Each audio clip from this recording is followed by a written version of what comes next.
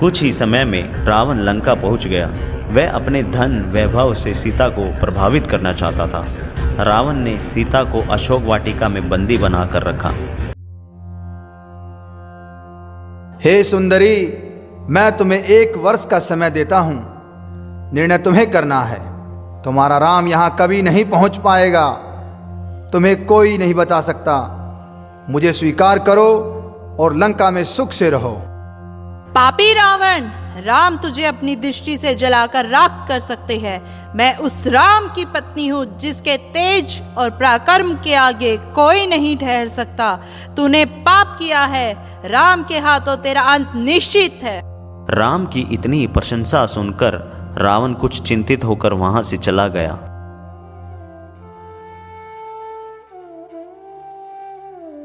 राम और लक्ष्मण ने सीता की खोज दक्षिण दिशा से की। थोड़ी ही दूर राम ने पक्षीराज जटायु को देखा। जटायु अपनी अंतिम सांसें लेते हुए राम से बोले, हे राम, सीता को रावण उठा के ले गया। मेरे पंख उसी ने काटे हैं। मैं सीता को नहीं बचा सका। रावण उन्हें लेकर दक्षिण पश्चिम दिशा की ओर उड़ गया है।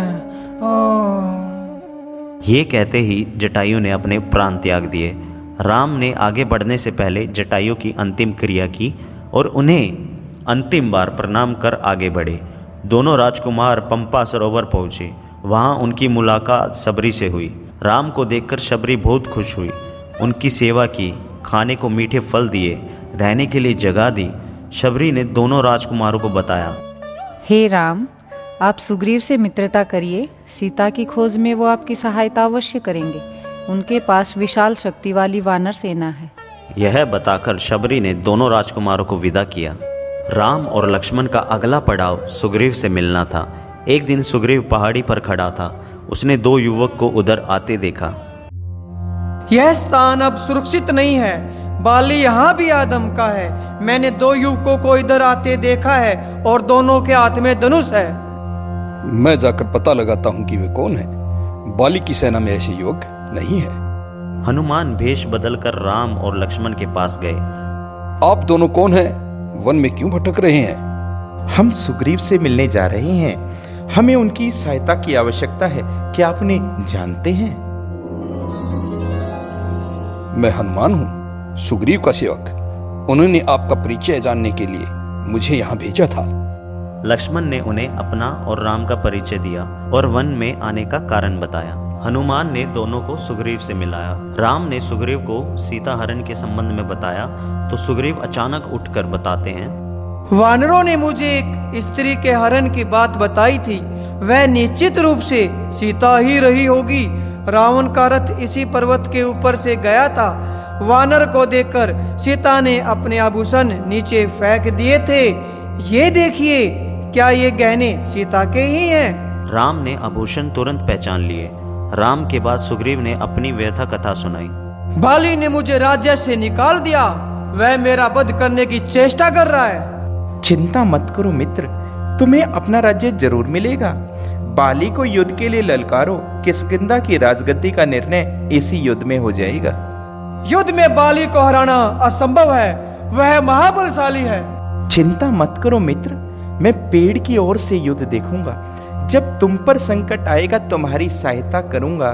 बाली की मृत्यु मेरे ही बाण से होगी, वह मारा जाएगा। योजना बनाकर सब किष्किंधा पहुंच गए। सुग्रीव आगे था। राम, लक्ष्मण और हनुमान एक पेड़ के पीछे छिप गए थे। सुग्रीव ने बाली को ललकारा। बाली गरजता हुआ निकला। आज शिकार स्वयं मेरे मुंह तक आया है। मैं तुझे नहीं छोड़ूंगा। दोनों के बीच भीषण युद्ध हुआ। राम का बाण बाली की छाती में लगा। वह लड़खड़ा कर गिर पड़ा और अपने प्राण त्याग दिए।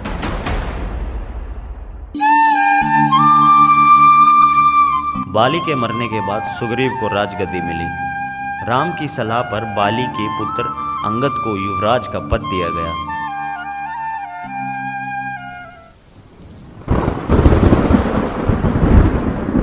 वर्षा ऋतु बीत गई। राम प्रतीक्षा कर रहे थे सुग्रीव के वानर सेना की।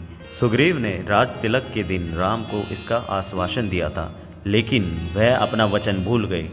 लक्ष्मण किष्किंधा चले गए सुग्रीव को समझाने। वहां पहुंचकर उन्होंने धनुष पर प्रत्यंचा चढ़ाई और डोरी खींचकर छोड़ी। उसकी टंकार से एक सुग्रीव कांप गया। धनुष की टंकार सुनते ही उसे राम को दिया हुआ वचन पूर्ण याद आ गया। राम के सामने जाकर भयभीत वानर राज ने उनसे क्षमा मांगी। राम ने उन्हें उठाकर गले लगा लिया।